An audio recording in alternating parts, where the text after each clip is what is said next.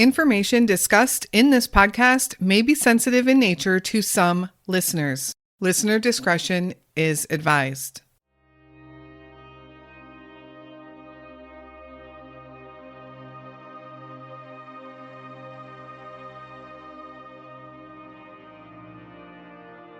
Kaitlyn Ledbetter was born and raised in the outskirts of Indianapolis. Her childhood seemed good. Her parents were successful and they owned real estate in the surrounding area, and they seemed to be doing pretty well for themselves, at least for a while. Finances would eventually become an issue, however, and Kaitlyn's parents would eventually divorce. Tragically, her mother passed away in 2013 when Kaitlyn was just 18 years old. She and her younger brother would move to Tennessee to live with their father. In 2021, Kaitlyn was 25 years old. She was still living with her father, Scott, in Overton County, Tennessee. She spent her days working and evenings with her boyfriend of over a year, Dustin. On May 2nd, 2021, early in the morning, Kaitlyn allegedly got into an argument with her dad's live-in girlfriend, Crystal. Scott was also home and witnessed this argument. For some unknown reason, Kaitlyn felt threatened and panicked and would turn around and jump out of her bedroom window. She was still in her pajamas. Scott said he saw his daughter run off into the woods. That evening, there was still no sign of Kaitlyn, and her sister would arrive from out of town to help search for her. By the following morning, there was still no signs of Kaitlyn. Since no one that Kaitlyn knew had heard from her by now, Scott and Kaitlyn's sister, Kaylee, would go to the police department to report Kaitlyn missing. But the police refused to take a report. Kaitlyn, however, hasn't been seen or heard from since. Where is Kaitlyn Ledbetter?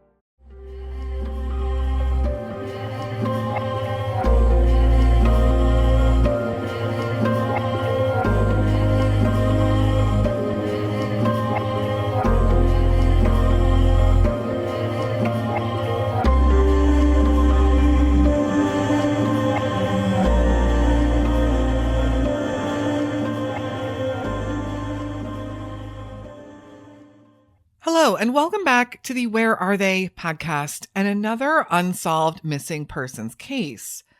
Kaitlyn's case came suggested to me a little while back, and as I dug into her story, I realized this is an extremely troubling case for many reasons which you will soon see. I do want to welcome our newest Patreon members, Tom and Unicorn Bree. Thank you so much for supporting our show and our mission. Your help continues to make sure we can share as many cases as possible. Let's jump right into Kaitlyns' story. Kaitlyn was born June 15th, 1995, to parents Tracy and Scott Ledbetter. She was the second-born child in their family, and a third would soon follow. The family was living just outside of Indianapolis, Indiana, and was said to have been doing pretty well financially, at least for a little while. There would be trouble on this front very soon, and Scott and Tracy would eventually separate in 1999. Kaitlyn and her siblings would remain in the Indianapolis area with family until tragedy struck in 2013. Kaitlyn's mother would pass away. She was only 38 years old herself, and Kaitlyn was just 18.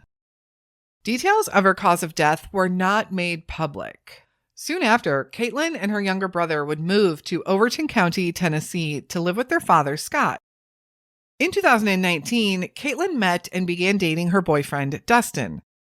Kaitlyn was close to his family, and she and Dustin had a good relationship as far as everyone knew. In May of 2021, Kaitlyn was still living with her father and his live-in girlfriend now, Crystal. She was still seeing Dustin, and she was still working. She led a pretty low-key lifestyle, but little did she know, her life was about to change forever.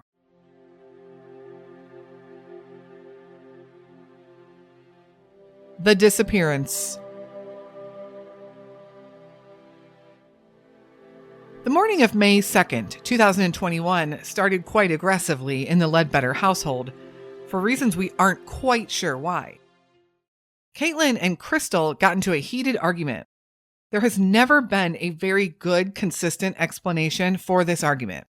The two most reported reasons were that Crystal and Scott were upset that Kaitlyn's boyfriend had been staying over. But others will refute that story and say that that was never an issue with Crystal and Scott. Another reason that has been reported for the fight was something involving their dog. Kaitlyn had the dog in her room, and allegedly Scott kicked the door open, causing Kaitlyn to panic. Regardless of why, it was stated that Kaitlyn at 5:30 in the morning, amid this fight, opened her bedroom window, jumped out, and ran off into the woods. She was in her pajamas, which included a crop top t-shirt and shorts, and she was barefoot, and she did not grab any belongings to take with her, including her phone. But we'll talk about that one in a minute. Kaitlyn simply just took off running. At 7:00 a.m., a family member said they received a text message from her, but it was oddly worded and they couldn't be sure that it even came from Kaitlyn. In fact, they started to believe that it hadn't because it was just so unlike her. There was also the fact that at this time of the morning, Kaitlyn had already left her house, allegedly without her phone. So how had she sent that text message? Later that afternoon, when Kaitlyn still had not returned home, Scott called her sister, Kaylee, to let her know. Kaylee wanted to come down immediately and help look for Kaitlyn, fearing that she could be out in the woods, she could be lost, she could be injured, she could be needing help, but Scott told her not to come. Kaylee made the 5-hour drive anyway. The next morning, the morning of May 3rd, Kaylee woke up early and went to go wake up her dad. She wanted to go to the police station right away and report Kaitlyn as missing. She just had a feeling that something was very wrong. And even if Kaitlyn had run off into the woods, certainly with the rough terrain and steep slopes and everything that part of Tennessee was, she wanted to go to the police station and report Kaitlyn as missing. But Scott said he was still tired and he wanted to go back to sleep for a little bit. He told her that they would go in a little bit after he woke up. It was 9:20 a.m. when Scott and Kaylee walked into the police station to report Kaitlyn as missing. But what happened next would shock Kaylee. The police told her they were not going to take an official missing persons report on Kaitlyn because she was an adult and she could do whatever she wants and anything she chooses. If she left the house of her own accord, as her father stated, there was nothing the police department could do about it. There would be no official report filed at that time. It had now been well over 24 hours from when Kaitlyn was last seen, and aside from that odd text message, no one had heard from Kaitlyn either. Panic was starting to set in to those close to her, including her boyfriend Dustin and his mother. Something was very wrong. Kaitlyn had disappeared.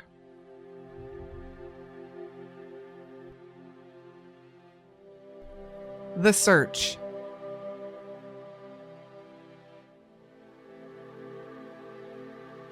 This is where things do get complicated. The police didn't want to search. They didn't think there was any reason to. To them, they didn't even have a missing person. So some of Kaitlyn's family did come out to search. But according to them, Scott only went out to search with them one time. The rest of the time, he was quite uninterested in helping. Is that suspicious? Or did he truly just believe his 25-year-old daughter was fine and needed time away? Authorities never even came out to Kaitlyn's house where she was living with Crystal and Scott to search until a full week after Kaitlyn had gone missing. And even then, they didn't go inside the home. They were interested in searching the woods around the home. Meanwhile, her siblings, aunts, and friends were worried sick. When a family member did come forward and said that they received that text message from Kaitlyn at 7 a.m., although there was no clarification on how she even had her phone at 7 a.m. if she left without it an hour and a half prior, This made law enforcement believe that Kaitlyn was not in the woods, as she wouldn't have had cell service out there. I know you all probably have a lot of questions about the cell phone, and I do too. And as of right now, I cannot answer them. Did she have her phone or not? A week after Kaitlyn disappeared, law enforcement did bring out search dogs to the Ledbetter property, and these search dogs tracked Kaitlyn's scent from the home to the road where the scent stopped. There was no mention of the dogs tracking her scent to the woods at all. Authorities did not follow up again for several months, actually, believing that Kaitlyn likely just left the house and left with someone. It's important to note, I'm not sure if Kaitlyn even had her driver's license, but at this time, she did not own a car. This case and Kaitlyns Story received very little attention until August of 2021, when there would be another tragedy.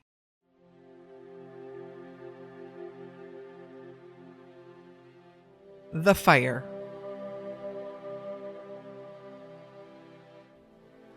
In August of 2021, firefighters received a call that a home was on fire in Overton County. When they arrived, the entire house was engulfed in flames. After several neighboring departments helped put the fire out, they realized the fire had had one casualty: Crystal Tyson, Scott's live-in girlfriend, and the one who had allegedly fought with Kaitlyn the morning she vanished. Crystal Tyson was found deceased in the basement of the home. Was her death due to not being able to get out of the home in time? There was never much information released on this fire, including the cause and why Crystal was unable to get out. Crystal Tyson was just 36 years old. The fire, rightly so, had everybody talking. Was this more than an accident? Why has nothing additionally been reported on this? Especially since this was also the last known sighting of another young woman, Kaitlyn Ledbetter. The house had been located on Turkey Town Road in Hillham, Tennessee, and was a complete loss in the fire. Scott was listed as the only survivor. Shortly after that fire, Scott moved to a nearby town.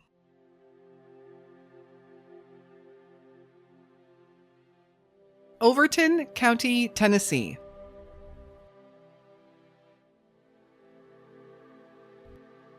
"25-year-old Kaitlyn was last seen at the home she lived in with her father, Scott, and his girlfriend, Crystal. The house was located in Overton County, Tennessee, on Turkeytown Road in Hillham, Tennessee. This is a very, very rural part of north central Tennessee. Hillham is an exceptionally small town. There isn't even a proper traffic light. Overton County in total has just 22,000 residents throughout the entire county. Needless to say, the area is rural and the terrain is rough, wooded, hilly with steep slopes all throughout. This isn't an area to go hiking or walking through. In fact, even the most experienced hikers have said this terrain is exceptionally tough and they themselves wouldn't go out there without all of the proper gear. But then again, most everyone does not believe that Kaitlyn stayed in those woods, even if she did initially run in that direction. About 5 miles to the north of Hillham, Tennessee, is the 11,000-acre park Standing Stone State Park. This is a rural area popular for visitors, popular for camping and water activities at the Standing Stone Lake. This is a beautiful and serene and very heavily wooded park. This park is about a 20-minute drive from Turkeytown Road. The Cumberland River is just about 5 miles to the west and also about a 20-minute drive. This is a substantial river. The Cumberland River is 688 miles long, runs through Kentucky, including through the Daniel Boone National Forest, and through Tennessee all the way through Nashville. The average depth of the Cumberland River is 90 feet. As I said, it's a significant river. It's hard to really analyze the area other than to just emphasize that it's exceptionally rural, and it would be difficult terrain for anyone to navigate through. This would go for Kaitlyn herself and anyone who went out there searching for her. There are some small creeks and ponds throughout the area as well, leading me to believe there are plenty of spots someone could be and not be found in the area of Overton County, Tennessee. When a new sheriff took over at Overton County, and some of Kaitlyn's friends and families thought this might be an opportunity to finally have her disappearance taken seriously, they were shocked and devastated to learn that the previous detectives had lost any evidence that they had in her file. We don't even know what that all may be, except for the one item that they did confirm was lost, and that was Kaitlyn's cell phone records. So could her cell phone records have helped this case? Absolutely. In addition to pinging locations that she may have been at prior to her disappearance, it would have been helpful to see any text messages or if she had any other connections to people that could help with the search for Kaitlyn. Will we ever know what those records held? Is there any way to possibly get those records back? It doesn't seem so. Needless to say, friends and family were devastated. Kaitlyn has never accessed any personal accounts since her disappearance, and her social security number has never shown up in any databases. Scott has continued to basically ignore his daughter's disappearance and has since become estranged from his other children as well. They have said that he is mean and that they don't want a relationship with him at this point. Sadly, there has just been a lot of tragedy within this family.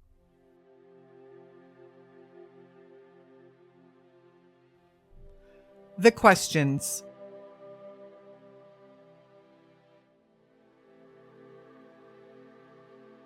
So what questions do we have in this case?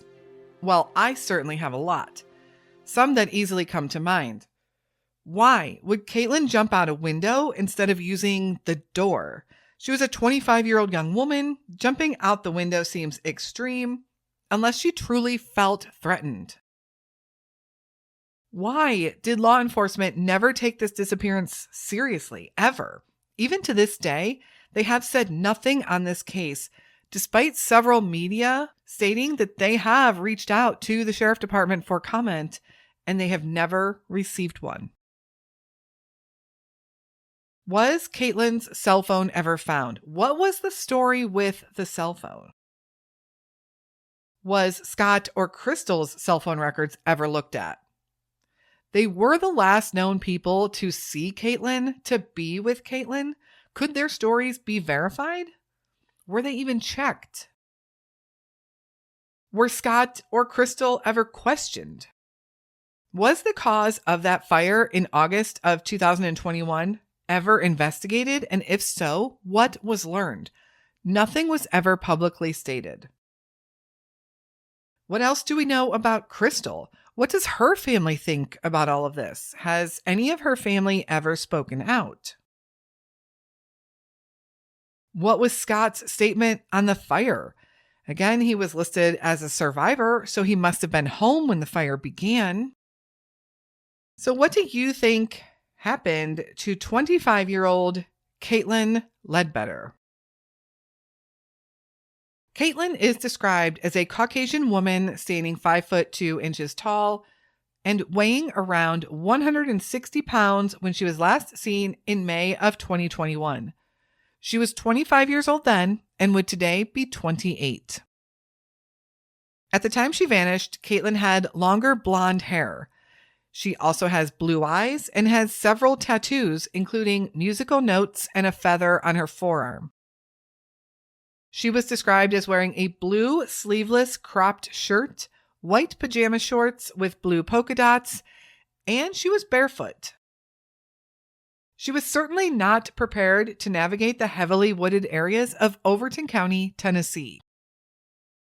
Anyone with any information on the whereabouts of Kaitlyn Ledbetter is asked to contact the Overton County Sheriff's Office at 931-823-5635.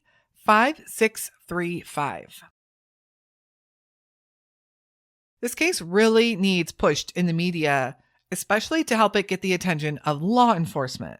There is so much in Kaitlyn's disappearance that doesn't make any sense. And so much of it raises red flags. You can show your support for Kaitlyn's family, those that are hitting the ground and pounding the pavement hard to try and find Kaitlyn. Go follow their Facebook page that the family has set up for Kaitlyn. You can find that at Help Find Missing Kaitlyn Ledbetter. I will also put that link in the show notes for you. Show your support to the family and let's get those follower numbers up so her page will get shown to more and more people. Share Kaitlyn's story any way possible. Her siblings and her family deserve answers. This May will mark 3 years since Kaitlyn's disappearance. Kaitlyns Story did come suggested to me from a listener. Thank you so much for sending me Kaitlyn's story. I completely agree. This is one case we really need to push for answers on. If you have a story suggestion, perhaps one from your hometown or one you came across that you feel needs more attention, please send that to me at canwefindthem@gmail.com. You can also find the Where Are They podcast on Instagram, X, Facebook, and YouTube. Feel free to reach out to me on any of those platforms as well. All of those links will be in the show notes. If you'd like to help the podcast and these stories reach more listeners, please follow our show, leave us a 5-star review on your podcast platform of choice. This does help our podcast get shown to a wider audience. The more people we reach, the higher likelihood someone out there just might come forward with some information, or it may help put the pressure on those in charge to keep working this case or to work this case harder. I'm fully convinced in the case of Kaitlyn Ledbetter, someone out there knows something. Again, I want to give a big shout out to Tom and Unicorn Brie for joining us over on Patreon. This is what helps keeps our show going and most importantly allows us to make donations to the families of the missing. You can join Patreon for just $3 a month, and there you can find bonus episodes as well as ad-free episodes. Thank you again to all of our listeners for helping us get these stories out there. We will be back again very soon with another unsolved missing persons case. And until then, stay safe and hug your loved ones.